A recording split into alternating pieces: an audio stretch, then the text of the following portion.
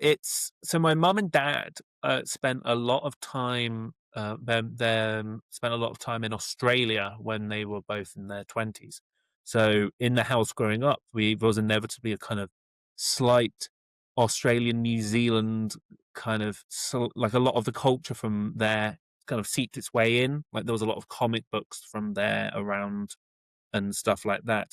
So we started, there were two big comedians that we would listen to a lot in the car. We had them on CD, and that was Flight of the Concords from New Zealand and Tim Minchin from Australia.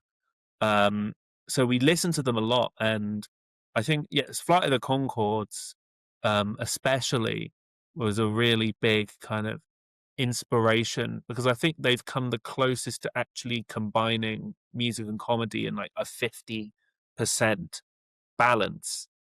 Their songs, like Inner City Pressure, just kind of a Pet Shop Boys send up. They're very, they're good songs, but they're also like funny. But whereas many musical comedians either just write a song and then include like a joke in it, and you're like, oh, that's a good song, or they will basically kind of do speaking and then just add piano to accentuate it, which are both very valid techniques. But I think it's impressive that Flight of the Conchords, as a musical comedy group, do that so well. And then inevitably, um, Tim Minchin is a very talented pianist, and I think that also drew me in because it was just impressive to hear all the songs. I'm pitch perfect, so I learned kind of I could hear how the songs broke down in terms of the chords used and all of these different other aspects of music theory. And it was, I don't know, that was very inspirational to me. And his, I mean, I'm not sure, I'm not, like he's doing more serious stuff now. I haven't really paid a lot of attention to that. Just I've been busy. But his adaptation of Matilda the musical is excellent as well. So just like the lyricism in that is very, very good. So those two really for musical comedy. I've seen Flight of the Concords. I've not seen all of it, but like the episodes I've seen have been great. I've seen the one where they get robbed. I get told that I look like Jermaine quite a lot. You do a bit. You do a bit. Oh, I'm not sure how I'm coming through on your end in video quality, but I'm in a basement presently, and you're a little blurred. So you could, if you just put on a semi decent Kiwi accent, I could have been fooled. good day, mate. Waza, waza. Wow, that's exactly how New Zealanders talk. Shrimp in the barbie. I don't My know. God, it's like Sorry. I'm there. It's like I'm there, Marvin. I'm also being incredibly racist, I think. But no, it's a great show. Get that. Tim Minchin, brilliant actor. I remember I saw him when I was young on Friday Night with Jonathan Ross. But they did a bit that would definitely not get played now. Friday Night with Jonathan Ross was a bit fishy. I can't believe he did it back then, but he had a band called Four Puffs and the Piano. I mean, that would definitely. And then he actually joined them at the end of the show, and they sang a funny song. But it was so, yeah. I mean, it's funny how even And what 10 was the years name of ago, the like, pianists? I hate saying it, but it's so dodgy. But it was called Four Puffs in the Piano. I mean, Yeah, bloody hell. I don't. Yeah, it was the 2000s are a weird time, like for culturally, because they weren't that long ago. But like, I don't know. It you look back on stuff and it's kind of more. It kind of is more collar tugging to me more than like the some of the dodgy stuff from the 70s or the 80s because that's it's so distant. And then you see it like some Little Britons and all the stuff about like chavs. Do you remember where everyone hated chavs for like no reason? That was weird. And there was a lot of comedy about that. Being like, oh, what chow? It was the 2000s were a weird time to um for comedy in my mind. There's like a weird kind of edge of cruelty in it that I think we can't dismiss because of antiquity to the same extent as I don't know. something from longer ago. One thing that so Simon Evans is like a guest that I had on I think about 2 years ago. He's probably one of my top guests that I've had on the podcast, not just because of who he is, but like the interview itself is one of the best that I've had. And he said a thing about a lot of times that happens in generations. We'll look on the past generation, say they've gone too far, said this and that.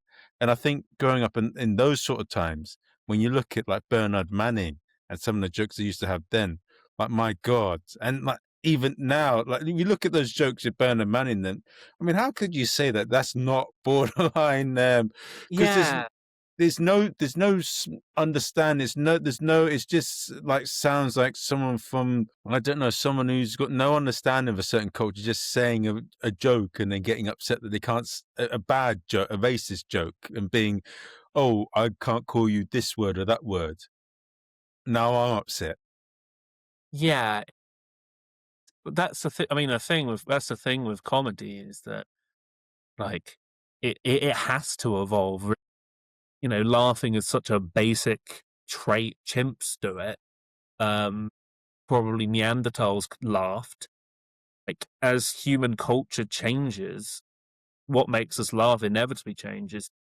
People who whinge, "Oh, you can't say that anymore," miss the point of what we do entirely, which is to reflect what the world is and then kind of transmit that in a way that audiences find humorous. It inevitably evolves with the audience. Like, think of the jokes you can make now that you couldn't make, that would be weird or bizarre 20 years ago. It all balances. It all comes out in the wash. So I'm not a big proponent of, oh, you can't say that anymore, as you say, like people who complain about not being able to say dodgy things. There's other stuff you can say now, and that's what makes it such a beautiful thing to be involved with, musical or not, comedy. Yeah. Well, one of the prejudices in comedy, and I'd say, so I know a lot of stand-ups and like on the circuit, and that I don't know what it is, but there's a thing in there, and maybe you've heard it as well. But they say that what's it called? Stand-ups hate improvisers, improvisers hate clowns, and there's another bit where I hear from a lot of stand-ups that they don't like musical comedy. This is not all, but there's a certain percentage of them where they don't see musical comedy as comedy or anything that isn't like stand-up punchline as comedy. And my opinion on that is, I don't give a fuck what someone does as long as it's funny. That's all Yeah. that matters. Well, precisely. You can I think you can intellectualize comedy for as much as you want. And in a way, that's valuable. Like, I've got a very good friend of mine called a man in Oxford. He's an amazing improviser. It's a good friend. When he does stand up, he would literally like overthink. He would break it down in the aftermath into kind of every nodule, every crumb. For a while, he would not do the same stand up routine twice and had to be told that, yeah, you can actually repeat jokes to different audiences. Like, you don't have to repeat it. But I mean, yeah, as you say, it doesn't matter. It's just what makes you laugh. I think there is reason to feel resentment for musical comedians, though. The gear's a bit chaotic. And I think you are kind of helped along by the in terms of your timing, because music's inevitably timing based. So you can kind of tie your jokes more to that, and maybe that feels like cheating to an extent, or just like an aid, which is why I kind of, when I was starting out, that's why I was very music with comedy stuck to it based, because inevitably forms this kind of skeleton, the musical structure around which you can put your comedy. As I've gotten more confident, the comedy's kind of moved slightly more to the fore and there's a better balance. Hmm. I'm wittering a lot in these answers. I don't know how you're going to edit this or if you're going to bother. It's But do have you had any like things on a circuit where people have tried to say things and said, or they've because I found it funny when I see it, and it's a bit of a waste of time. Just focus on what you're doing. It doesn't matter as long as it makes people laugh. Like you're not the arbitrator of comedy. I haven't had people be cynical seriously to me. At least nothing that occurs to me on the top of my head. Most people have been very polite, actually.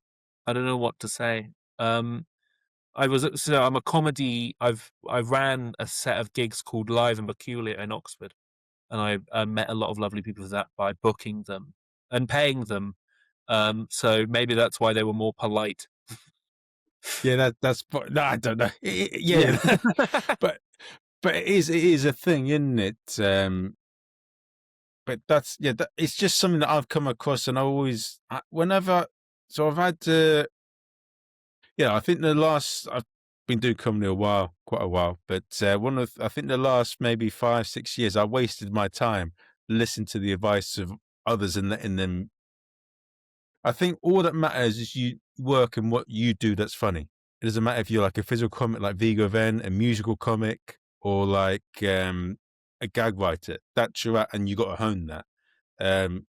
People Yeah. trying to get you to do this and that, like shove their opinion up their ass. And I let a few people for the last few years make me think that I should do this or that. And whatever makes people laugh is what you focus on. That whatever you do that makes people laugh, even if it's just a fart, it's fine. Get good at that. Yeah. I don't know. No, I mean I've got some very lowbrow songs in my repertoire. I've got one called "Banana in the Pocket," which goes about how you can imagine. I had one. Oh God, one of the earliest ones I did. This was around 2021, 2022 ish.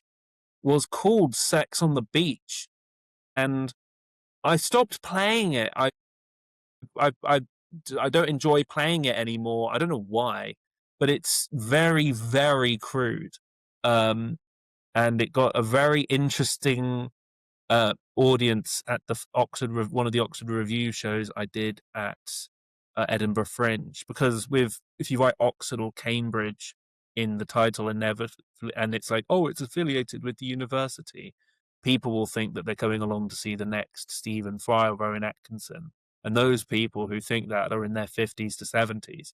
So it was a lot of slightly older people, and then me singing a song about having sex on a beach, and they didn't look best pleased. It was a very awkward gig, and I felt delirious. And it turned out the entire cast had COVID the whole time, which wasn't good. But as I say, but that was the fringe where actually my professional relationship with Apsana began. We started writing jokes together and stuff. So that kind of comedy duo act kind of fell into place. Good things come in surprises, isn't it? And that Mm. must be an interesting adventure as well, working with someone else. But stand up is quite a selfish thing in some ways. Well, one of the questions you sent was how similar is stand up to other professions? And my first thought was like, is it?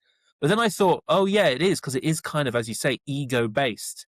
Like it's inevitably you portraying opinions to an audience, and then it's just a lot of people with individual egos. But the advantage of working, obviously, I do the solo stuff as well. But the advantage of working partially with someone else is that Absana's got a very different comedic style to me. We very much complement each other in that respect. She's very verbose. She writes a lot of wordplay and a lot of character cabaret stuff. So when we're putting a show together, it naturally complements itself quite well. And it's useful to bounce stuff off her to an extent, but like obviously to an extent, because as you say, you can't just shackle yourself to how entirely to how many other people to entirely to how other people perceive you.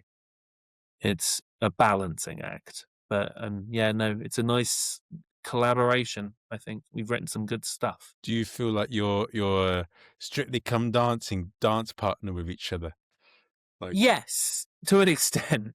Um, Very complementary, just as I say, in terms of the comedic styles. But we both have enough kind of interests in common that it works out in terms of making somewhat cohesive comedy that people do seem to enjoy.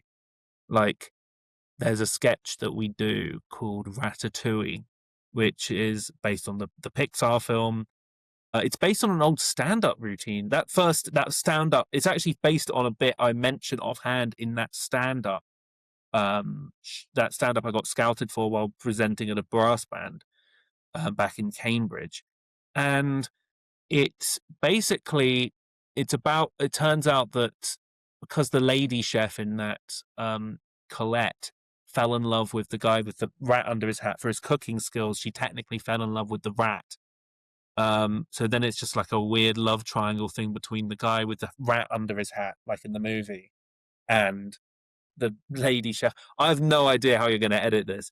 The and it was fine when I wrote it down, but from performing it so much with Absana and kind of her ideas coming through, it's become like a really one of our best openers. So without the other person's input for playing, because she plays Colette and I play the guy with the rat under the hat, it really does kind of shine through in that respect.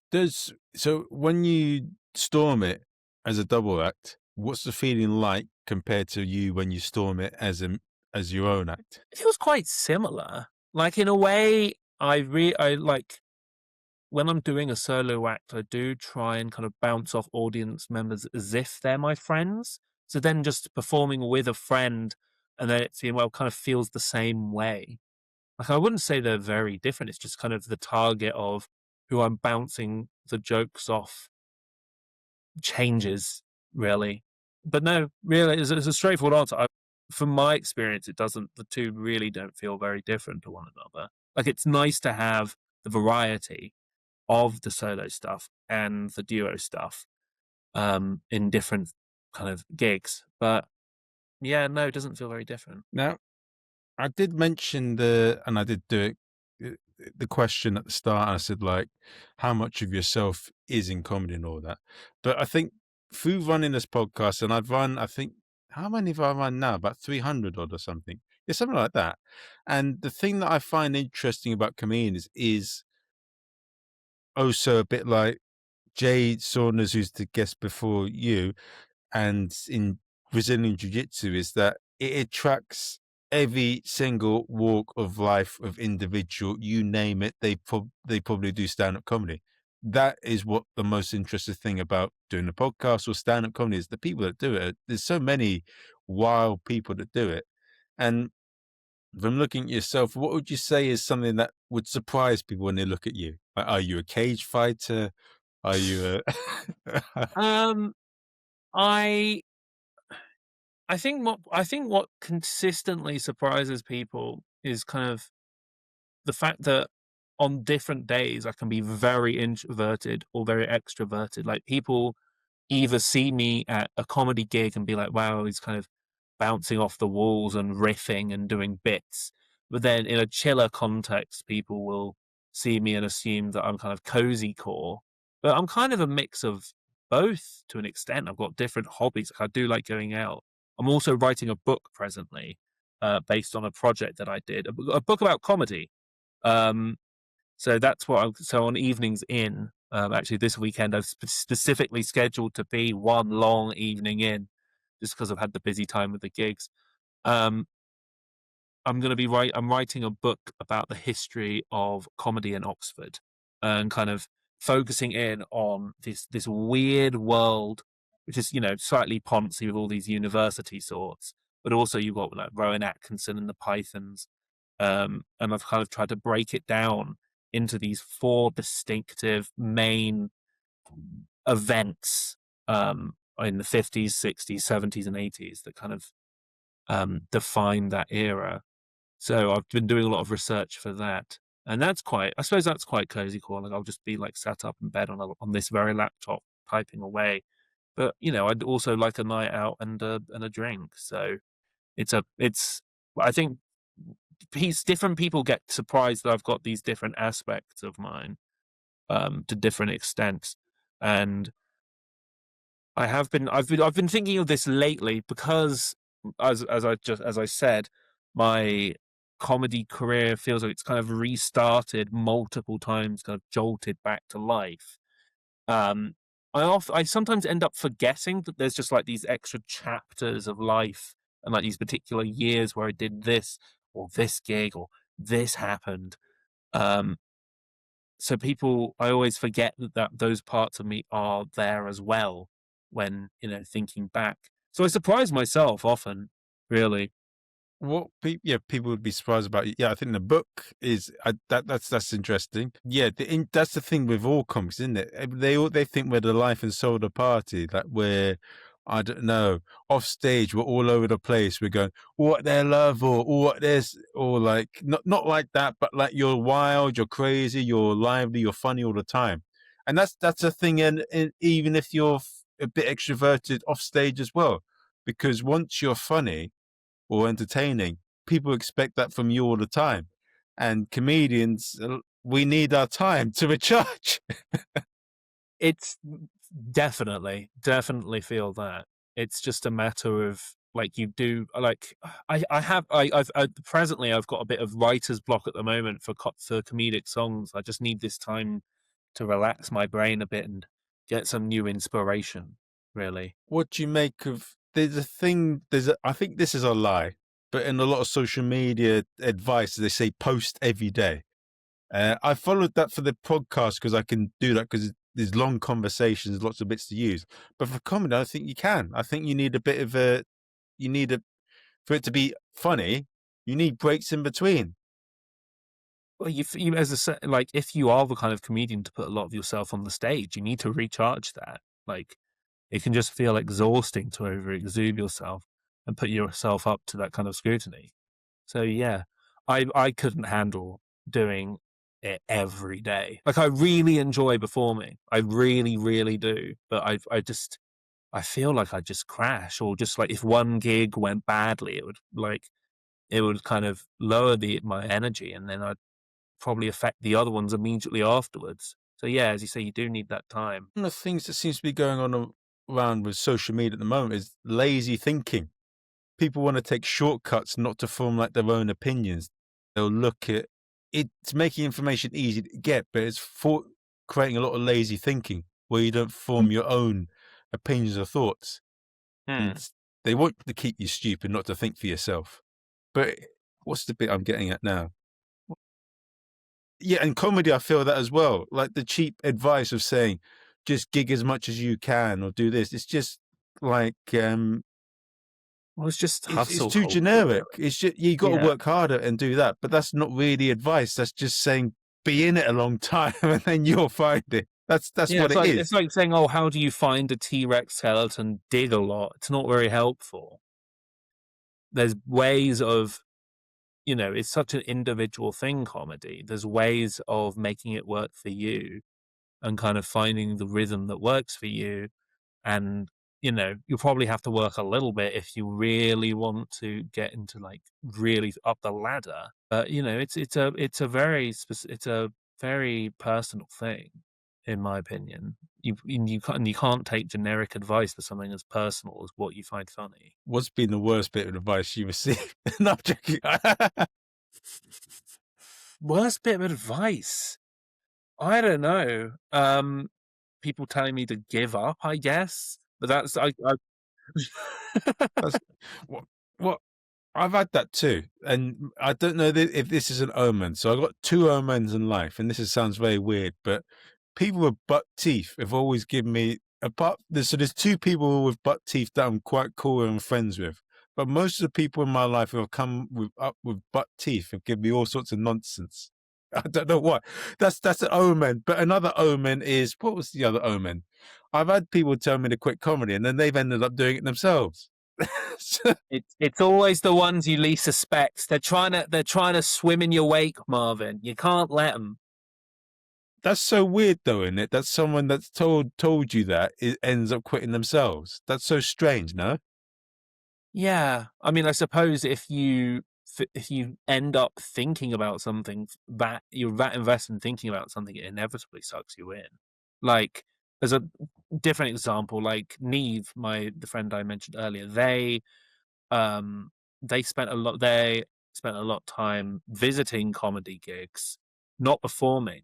They spent years and years attending these gigs, and then when they actually went on stage, they were fantastic. just because I suppose they'd been thinking about it for so long. It'd been, an inevitable social part of their life. So it just inevitably came very naturally to them. So what did I say that made you relate to that in terms of they watched a lot coming that made them do it? Just because 'cause they've thought about it a lot. Like, it was what you were saying about, so in your case, people who have thought, "Oh, you should give up. You should go and give up comedy." That they've rolled that over in their heads, inevitably kind of thought, "Oh, a comedy where you go up on stage and, ugh, I hate it. People laugh, ugh." And then when they've given it a try, they're like, "Oh, wait, actually, I can see why." And I don't think I'm making a very coherent point, but that's okay. Um, So what I get from that, yeah. So the people that have told me they quit have been other comics most of the time, and they ended up quitting themselves. But what I'm getting at is, oh, from what, right. Oh, so the people who have told you to. I thought you meant that people who weren't comics had told you to quit and then had signed up and become comedians after the fact. Right.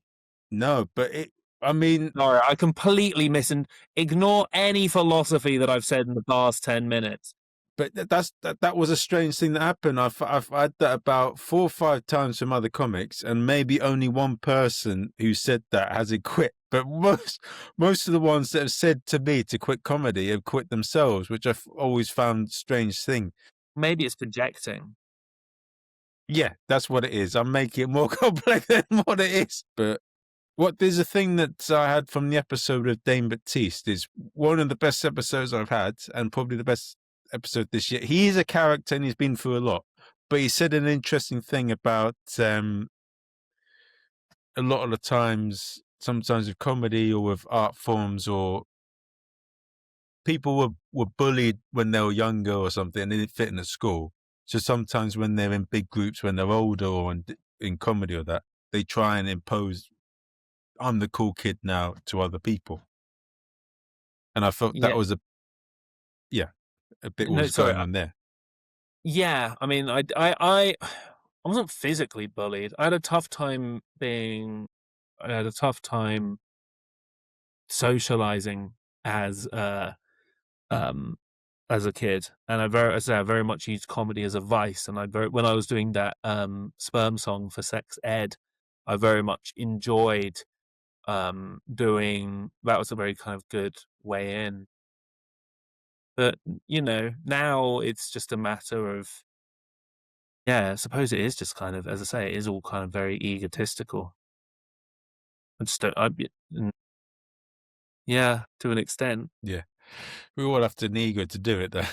Hmm. Do you think ego is a bad thing or do you think it's a good thing? Because I had a little interview with, no, I watched an interview of John Danaher, and he's a no-gi BJJ coach, and he coached a lot of world champions. And people complained to him about egos and that, and he laughed at them and said, "Well, you have to have an ego to want to be successful in the first place."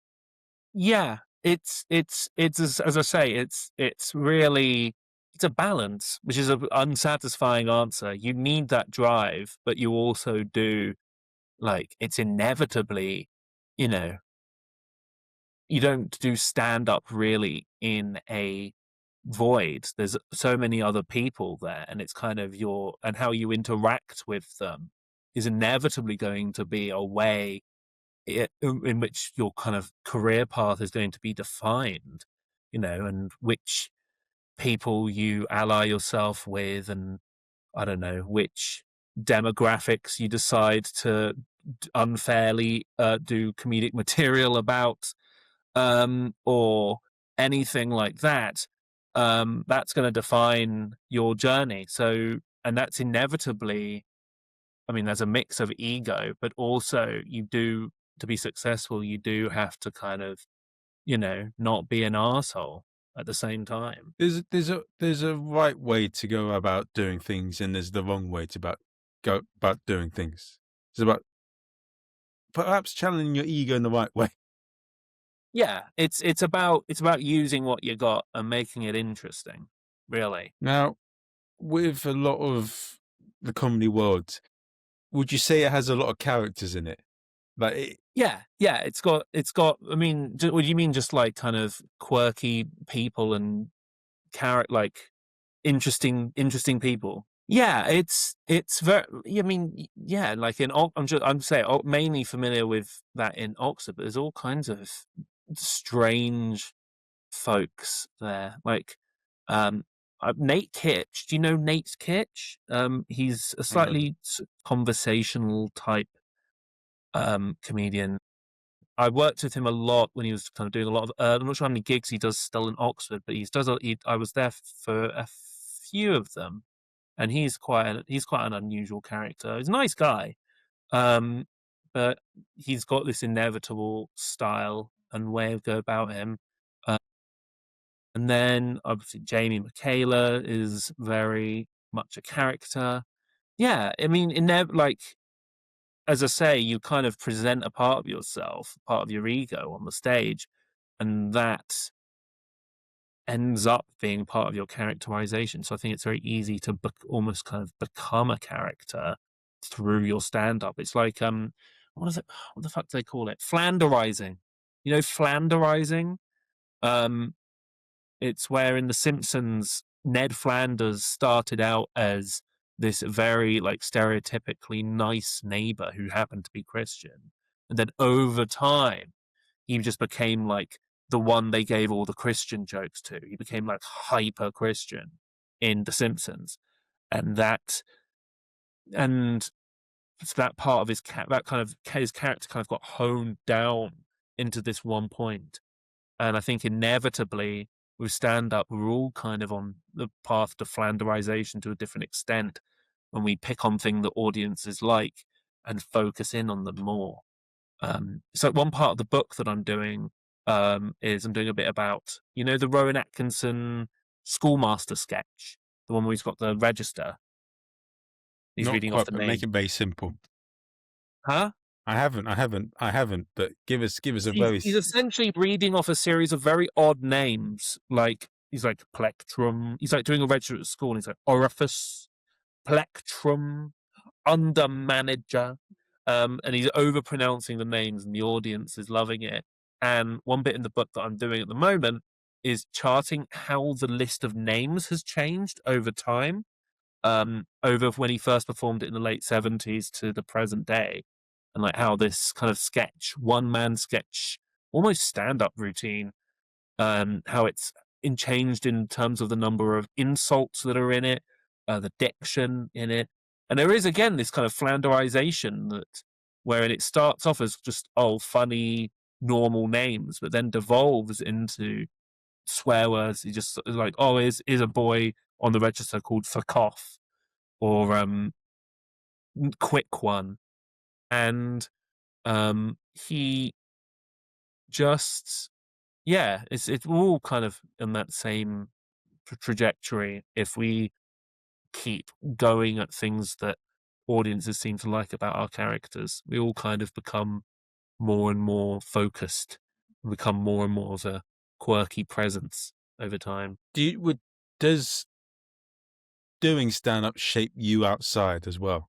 Do you think you become one and another? Yeah, I think it's changed. Do you think like has it changed me? Do you become does it do you and your act become closer and closer to becoming one? Yeah, to an extent.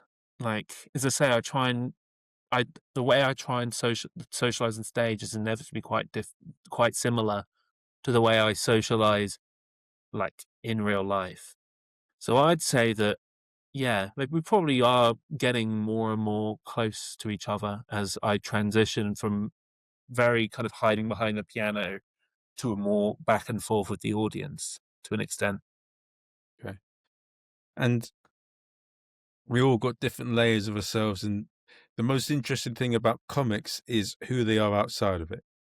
Hmm. What have been who would you say your biggest heroes outside of comedy, and are there any particular movie characters?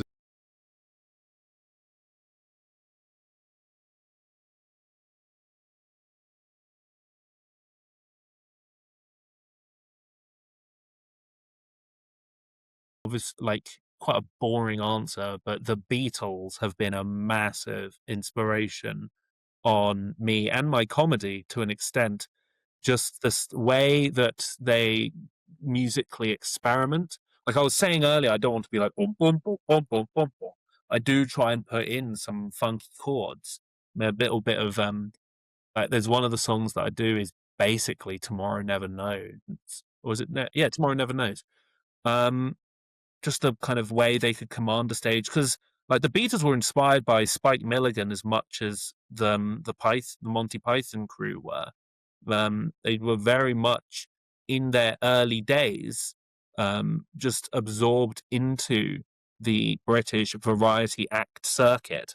Like you would see them doing skits on Saturday night TV. You would see them like doing a parody of Shakespeare and stuff. And they would do material on stage. That's how they got signed. Their producer George Martin was a comedy producer. He'd do stuff for the Goon Show and Peter Sellers and whatnot. Oh, That's why they got signed. They were like, he was like, the music, not my cup of tea, but they riff off each other. There's a tangible energy when they're performing on a stage in like the Cavern Club, which is almost very much a stand-up venue. It's basically a tunnel underground with a little kind of tiny little raised stage at one end. They almost recorded the first Beatles album in that basement, but the technology wasn't there. But if it was, it would have almost been quite like a stand-up set. But just that bravado and that kind of willingness to experiment is just very interesting to me. In terms of film or TV characters, I grew up loving Doctor Who. That was probably because I was 8 when the series with Christopher Eccleston came back, and I was like, this is great. I'm already sucked in on this. Nowadays, it's a lot of people talking, explaining the plot to each other in a room, and then racists online will blame the poor scripts on the cast members being people of color. And I'm just like, okay, well, fine. This is the discourse. But it was always exciting, Doctor Who, because I was very interested in how it was made. Because you could basically tell any story with that show. Like it's just a wizard character that can hang out in any time period, and then they go to a corridor with a load of polystyrene and fake walls and cheap props. And it was very fun as a kid to see how they made that. Like they had an exhibition about it at Brighton Pier. I grew up in Brighton. They had an exhibition on with all the props at the end of the pier, and and they had the behind the scenes, and it was just very fun to see kind of how like something like this gets constructed practically. So, and then the show just had like you can tell such a variety of stories that it was inevitably quite inspirational to when I'm writing something. I don't think directly, but I think indirectly, just in terms of the inspiration to create something. I think that's kind of the long-winded impact of that. inspire you to think that you can do anything creative on stage and you're not limited. Yeah, like, I mean, there's so many weird little things about the way that Doctor Who was created. Like the Daleks were almost designed by Ridley Scott, the director of Alien and Gladiator, because he was working at the BBC at the time, and that was almost that assignment almost went on his desk. Like, it's made on a budget of a ham sandwich, but that's kind of the point. I feel, and I feel like inevitably it drives a lot of people towards the arts, including performing, acting, comedy. Like I've seen many people reference Doctor Who in comedy, just even offhand, just in terms of showing people, oh yeah, this is a career that you can do. You can create things, and it can be like appealing and fun. Okay. This is the part of the podcast where it may get a bit controversial, but I'm going to share my opinion and I'm going to share my thoughts on Doctor Who. I Go for it. absolutely loved that show towards the end of Peter Capaldi's tenure, but I watched maybe about 5 episodes of Jodie Whittaker. I don't know what it is, but the thing that was bad about her is she didn't even respect the source material. when you look into it, she didn't really research. I found out that she didn't really research the show. She I mean, and she didn't respect it. I think that's fine to an extent. Like it's like was say Doctor Who can be basically any plot you want. I just think that I just think this I think the Jodie Whittaker scripts were just very poor. Like, Yeah, and I think there was just, as I say, it's just they get 10 billion characters and they stand them around in a big circle in a room, and then they just explain what's happening to each other, and then something explodes and it's the end. It's very wordy. It felt very wordy and kind of very directionless to an extent. I think one of the things with Doctor Who is a lot of great things have their time, and at the moment with a lot of entertainments, we push them too far. And I think perhaps they should have stopped it with Peter Capaldi and maybe given it a few years before it came back. And I did feel that at times it was a bit exhausted. And the thing that I don't like about The Last Doctor, yes, I Mm, watched it. It wasn't very good at all. I'm sorry to say. I hated it. mm. It was the first time I felt nothing with any of the emotional moments. But the thing I didn't like about Kuti Gatwa, is that how you say it? So I Ncuti don't, Gatwa. yeah, Ncuti Gatwa. Judy Gatwa, is I didn't like the fact that he felt Ncuti. Judy NCU. Gatwa, Ncuti, I think. Chuti Yes. Gatwa. I didn't like the fact that he was defensive about it and just like it wasn't good. Like you got to be, don't just get in your little bubble. The last, you know, Hmm. I mean, I haven't seen the any show, interviews where he's talked about whether it was good or but bad. But yeah, yeah. Sorry, go on. I've heard things about him getting defensive on it. But yeah, Doctor Who has definitely fallen down the wayside, and I think they should give it a break of maybe 5 years or so at least to get some I creative juices back in. I think they need a I break. do.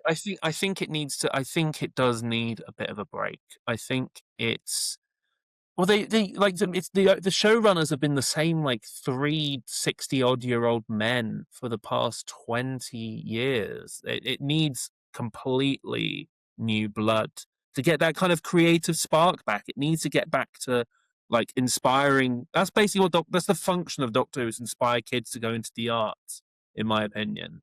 But the fact you can just say, "Oh, I'm going to any story," and then there's just a character who can't die, kind of as an anchor point, and then it can just be anything. But I feel like if it gets bloated or wordy, it loses that. Like Doctor Who started out as a show with zero, they had zero confidence in it. Like back in the 60s, its first like person in charge was Verity Lambert, who was the first female producer in the entire BBC. She was a young Jewish woman, and she was the only one there who wasn't a bloke. And then the first director was a gay Indian guy. Um, and like it was just these outside weird perspectives that, well, not weird, different, um, that kind of gave it this exciting edge. Like, would someone have been able to have conceived a Dalek if it wasn't from that perspective? Or the idea of a TARDIS being a blue box that can appear on a planet. It needs people who can kind of bring back that level of audio, like expect, like that level of creativity, and kind of they need to come back from it, because so far it's only Doctor Who's been written the same way over and over and over again, and it's getting very tiring. Yeah, I think they need a break. I just give, I think give it 5 years or so, get a bit of fresh blood into it. And and you mentioned something else about 60mm tide. I think that's something to do with James Cameron as well. I think one thing I found about with Russell T Davies, he didn't actually write the episodes. There was actually someone else there that used to write them, and he used to direct them. And I think now he's been given a bit of a free for all. And the same with James Cameron. They're good at what they do, but sometimes you need someone else there to put some limits in to put you in check a bit. It's like the Beatles in a way. When they broke up and went solo artists, it wasn't the same. Having that something to kind of, it's like what we were saying about comedy, really.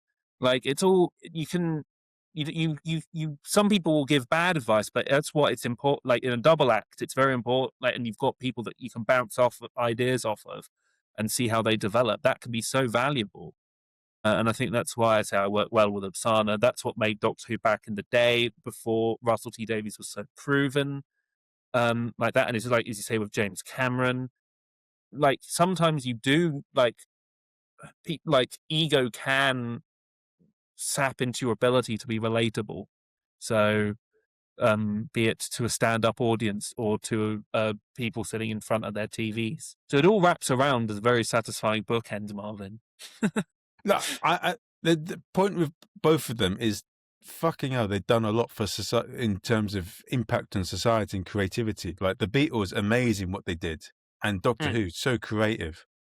But the most disturbing thing about all of this, what the hell happened with Yoko Ono and John Lennon? He was already married, and I heard that she stalked him, and then all of a sudden She did they end up stalk together. him. Is that right? I mean, the whole everyone in the late '60s was fucking weird. You can find 10 billion weird stories about every character in that. Everyone in the Beatles was fucking about. They had I actually visited their old offices on Savile Row the other week, and they had like a hippie commune on one floor, I think. And then there was another time when George Harrison invited a bunch of Hell's Angels to hang out in the building, and they basically robbed the place. Um, there was all sorts happening, man. It was a weird time. It was a weird time.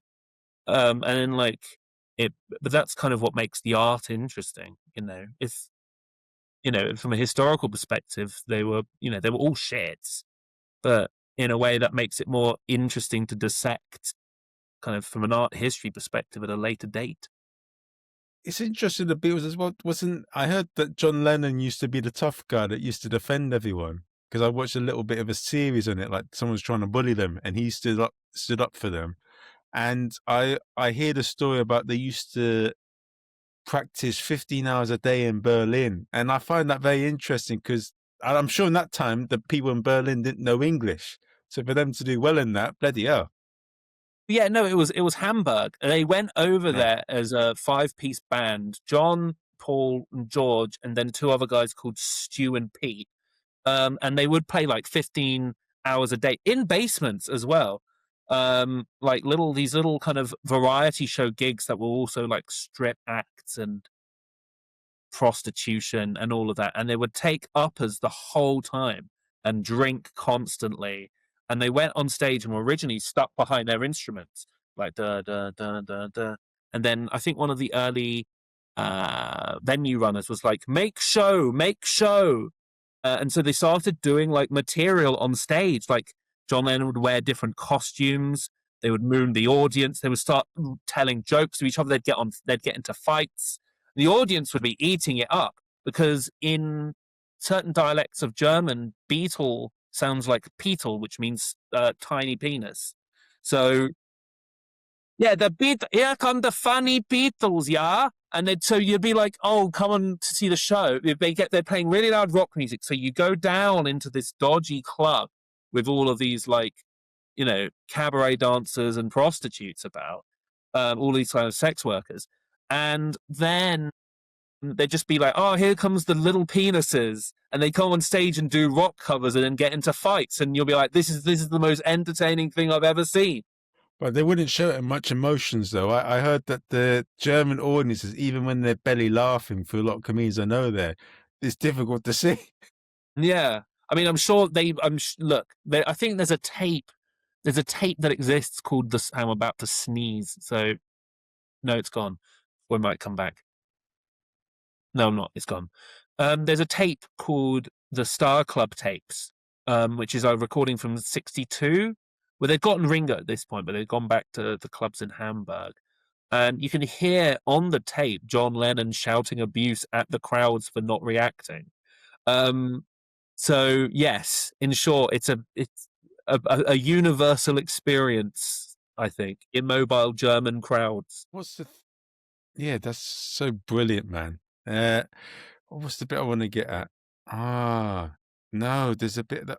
Oh yeah, Uh, the funny story of the Beatles. I heard that one of the guys, and I looked at the documentary. One of the guys was a very good-looking guy and used to get all the girls, so they kicked him out. And I'm sorry to say this, but I think this is human nature to an extent. Whether you're gay, bisexual, lesbian, or straight, or whatever you're into, there's an element of people would do anything for love and war in some extent. And that Yeah, was yeah. I mean, that's why there's so many comedy sex scandals, I think, there's all kinds of drama with I've certainly I've encountered with, comedians getting off with comedians and then people acting inappropriately. The guy who in the Beatles who was that was Pete. He was the drummer, and he had kind of they all had their hair down like kind of that, and then he had it up like an Elvis thing, and he had curly hair like me, so that he couldn't get it styled down in the kind of French existentialist mop top, and then he couldn't play on rhythm. So George Martin, the comedy guy, was like, we need to. Oh, I'll get a new drummer in. I'll get a new drummer in. And the Beatles went, no problem, Pete, you're out. Ringo, you're in. Get in. And then George went, no, I said I'm bringing in the guy. I'm bringing in a new guy. You just got rid of a quarter of your band because you misheard me. So on the first Beatles album, like Love Me Do, that's the first song they that's on the album. Ringo is stuck playing tambourine in the corner while this guy called Andy White that George Martin brought in is playing the drum.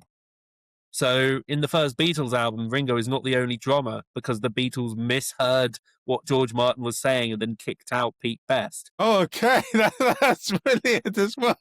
Yeah, just because they misheard him, they were just like, "Oh, Pete Best. Oh, I'll get a drummer for the I'll get a drummer for the LP." And they're like, "Good, all right, Pete, you're out. Ringo, you're late." They're like, "No, I've got a guy here. I've got a guy outside now. You didn't need to do that."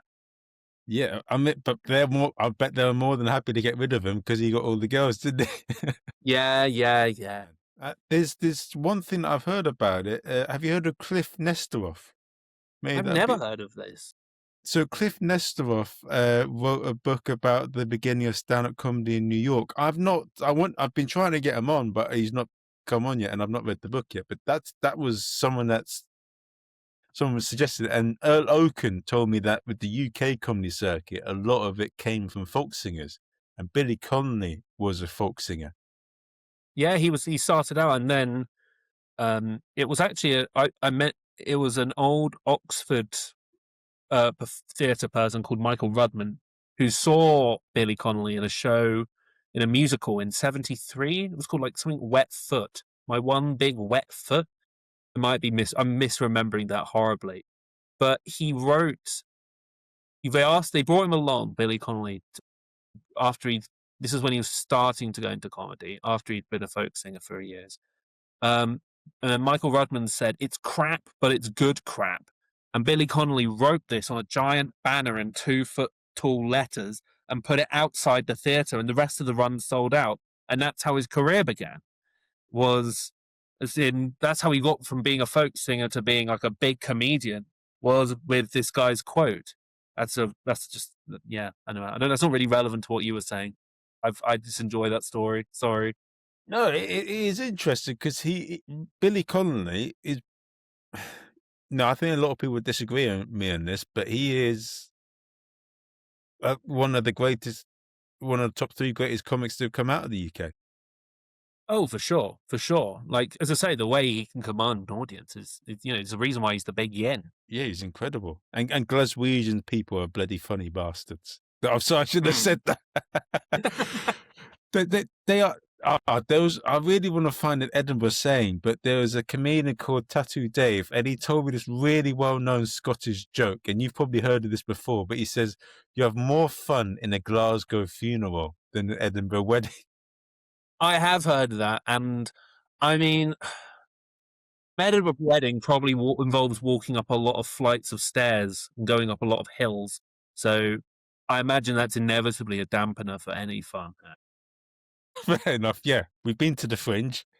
Yeah, I've been to the Fringe. I've been burned by Google Maps where it's like, oh, it's at Cowgate, but you have to go down like a particular flight of stairs 7 blocks back. Now, for anyone that is listening right now, let's do 2 things that are going to be interesting. What's the best piece of advice of comedy you've received, and what is an advice you can give someone that you've received? No, and that's from a comedian, but what is the best bit of advice that you've learned from something outside of comedy that you can give to a comedian? Um, I would so best bit of advice I've received and best bit of advice I could give to a non-comedian about comedy or just like in So about life. I think we're just going to do comedians, but what's the best advice you received on comedy from someone involved in comedy? And what's the best advice you received, be it life advice, that could be applicable for comedians? I would say this is kind of not this is kind of advice that's kind of I couldn't pin this to an specific person, but just like what other people have said and how I've seen other people perform. Don't be afraid is probably the biggest thing because like my comedy journey has very much been like a series of me getting that confidence over time inevitably as you become more and more confident in what you do. um it's a matter of just like not hiding behind the instrument, being able to bounce off the audience, but also then not getting too far on a riff. Like I've like if like you've probably seen this, but when comedians like something's working well with an audience that wasn't expected to, and then they kind of bounce off it, and then it becomes like a tired reference. Knowing when to go all in and when to pull back is a massive. It's probably a thing that you really just have to learn through trial and error. And I think acknowledging that's probably been the best piece of advice. In terms of advice I would give to a non-comedic person about comedy, I'd say controversially, I'd say start with improv, really. I think that you like as I say, you kind of have to get that ability to be very silly. It's almost like improv is almost like play. So kind of losing that self-loathing to an extent through that, it's probably the most efficient way because you're around friends and improv comedians tend to be quite supportive of one another. So it's a good training ground on being able to hold your own on a stage and again knowing when to go all in and when to be more reserved. It teaches you stage presence, I think, improvisers. Like in some ways, some stand-ups loathing of it as an art form is justified, but I think it's a very valuable part of your Swiss Army knife of comedy, and at least one to kind of have practiced to an extent. Now, for anyone that is listening right now, Peter says, but how do they find out about you? Best way, Instagram. Jack McMinn piano. That's Jack spelled the normal way, McMinn piano. That's the best way of finding me. Pet food comedy is all one word. That's another Instagram account. I'm also on TikTok under the same name of Pet Food's not on TikTok, but I am under the same username. I'll occasionally post there, but not as much. And yeah, that's basically it. Really, that's the best place for gigs on my end. And yeah, Well, you know where to go, and make sure you go and watch Jack's show, at the Sketch Off. And also, so hope you've enjoyed it. Give it a review on Amazon or iTunes. The next guest is going to be ventriloquist act. And then, no, the next guest is actually Judy Carter from the Comedy Bible. And then it's Steve Hewlett, who's a ventriloquist. Who else have I got on? I've got one more person on, but yeah, I'm not too sure what I'm going to do next, but I think I'll probably try and get some comedy club owners. I definitely want to find out a comedian that does the college circuit in America. I want to find out about Palestinian comedians, get their view on things. Yeah, that's it really. So I'll see you guys in the next episode.